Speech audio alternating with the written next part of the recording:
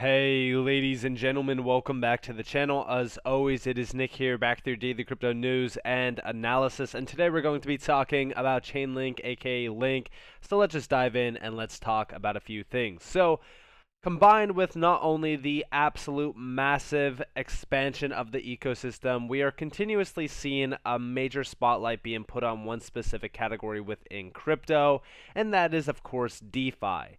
Now, I am recording this a little bit ahead of time, so, prices in this market are most likely going to fluctuate a little bit, but all I want to really kind of show you guys and focus on is the DeFi market. We are sitting at about a $52.5 billion market capitalization for the entire DeFi market, with Chainlink holding only about roughly $3.9 billion, almost $4 billion of market capitalization.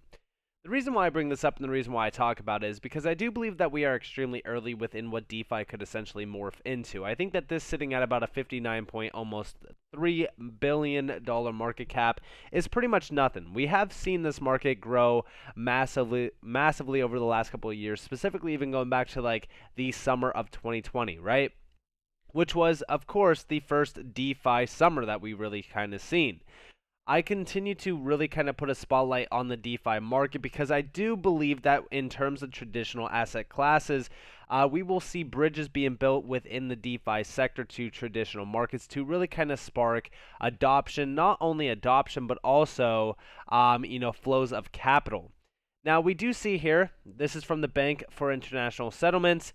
They do say decentralized finance or DeFi could allow for a more efficient approach to regulation. How best might financial supervision be embedded in the economic consensus of such markets? They're also saying, basically here, the focus, how might so-called decentralized finance be regulated and supervised? This paper argues that asset tokenization and the underlying distributed ledger technology open up new ways of supervising financial risk. We then put the case for embedded supervision, a framework that lets compliance with regulatory goals be automatically monitored by reading the market's ledger, thus reducing the need for firms to collect, verify, and deliver data. Now, I've been focusing on DLTs for a while on this channel, and I've definitely been focusing on regulations in general as well.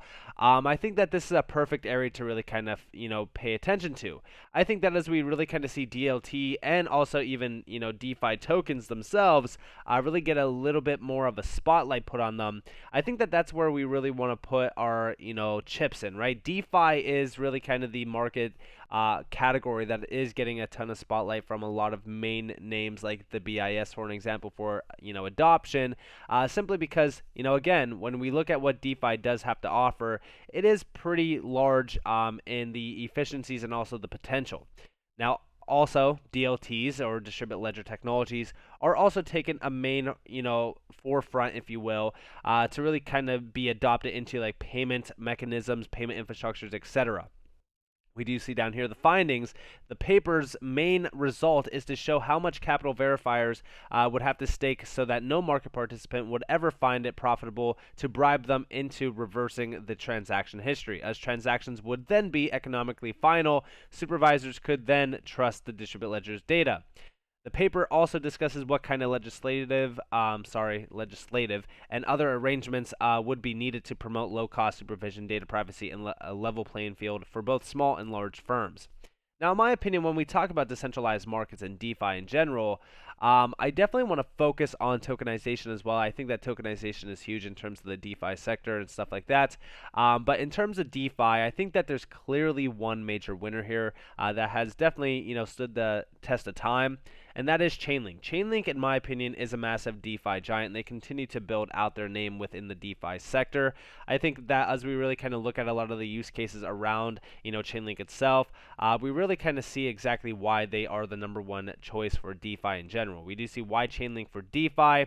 Again, data is probably one of the most I would say the most important things, to focus on in terms of like distributed ledger's data itself.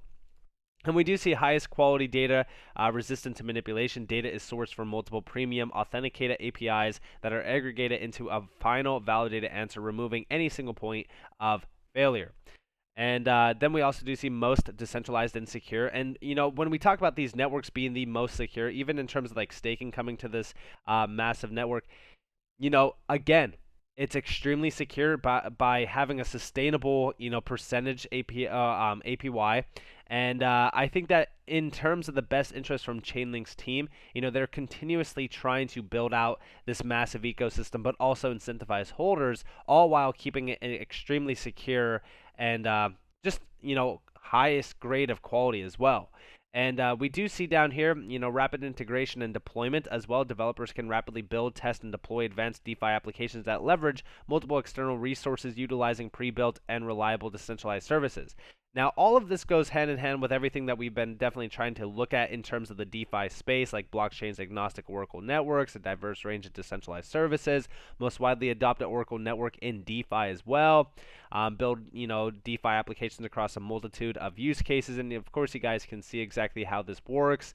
And this is just like money markets. You do also see like options and futures, decentralized exchanges, pretty much everything, stablecoins, insurance. Stablecoins are definitely an area to really kind of focus on as well. But for the most part, you can see a lot of like the leading projects across DeFi as well. Like Avi, Synthetics. Synthetics was also one that did an incredible run during the summer of 2020. And then of course you do see all of the other ones built here in terms of like DeFi.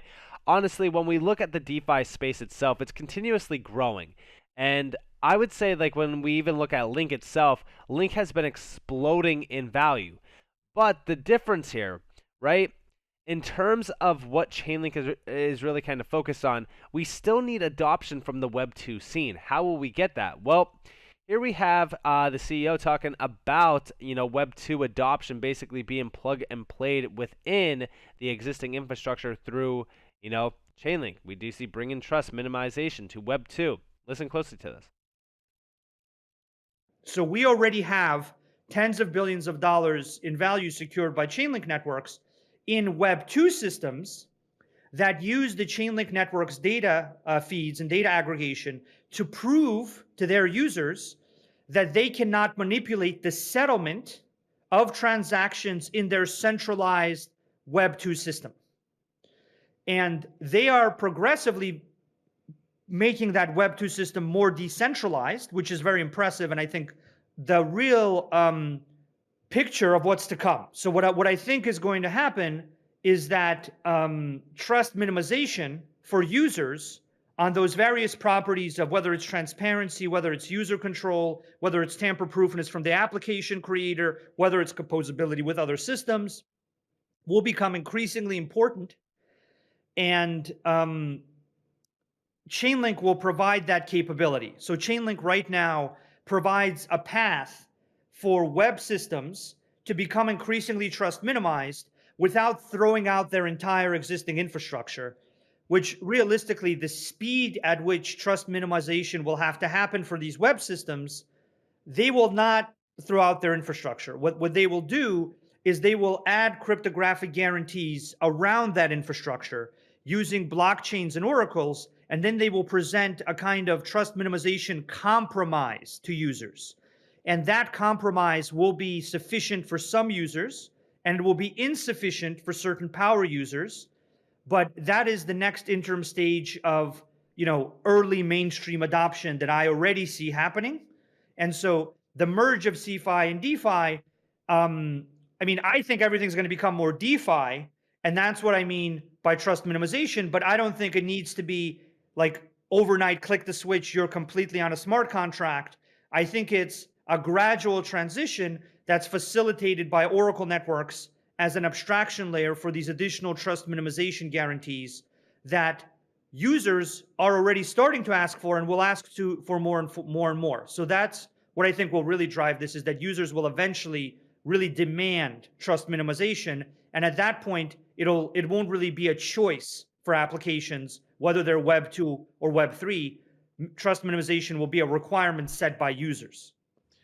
And that's basically what we are seeing over here as well. Like, we look at it as almost a trust layer, if you will, within this.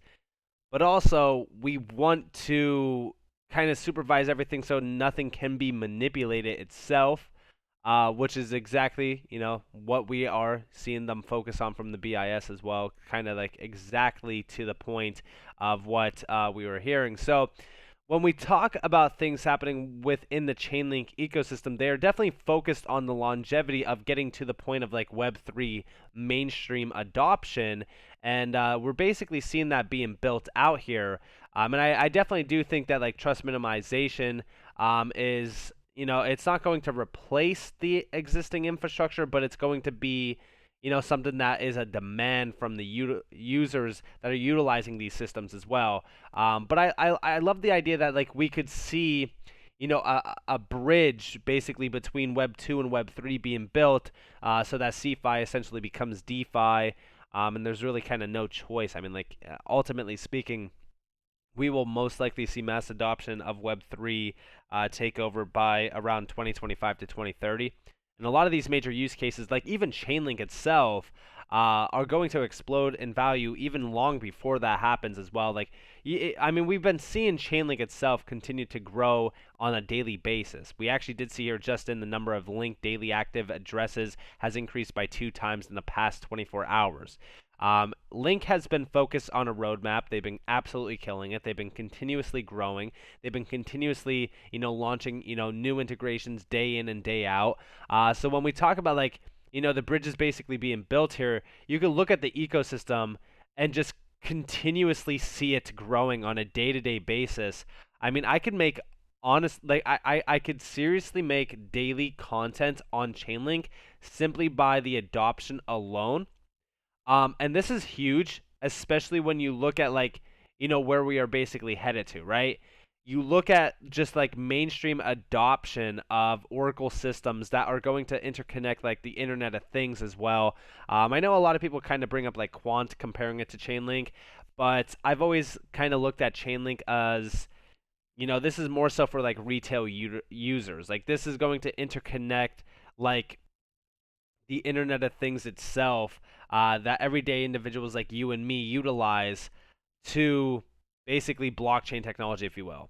And I think that that's great. I think that when like we look at things happening around this market itself, DeFi is great, especially when you kind of look at like traditional markets basically being bridged within DeFi. I think Chainlink will play a pivotal role within that as well. But also I think that like the retail individual as well is going to see, Chainlink mass adoption hitting, their markets greatly as well. And I think that we will see that happen by 2025 at least. And with how fast DeFi has been growing and how fast Chainlink has been growing, I really don't, see a future where Chainlink isn't in the top 10, at least in my opinion. So let me know what you guys think about that down in the description below. As always, I hope that you guys enjoyed this video. If you guys did, definitely leave a like, subscribe, turn notifications on. If you guys want more free content, you guys are more than welcome to follow me on Twitter and join the free Discord down in the description below. I also hope that everybody has a beautiful day or a beautiful night wherever you guys are in this beautiful world. This has been Nick. Peace out, guys.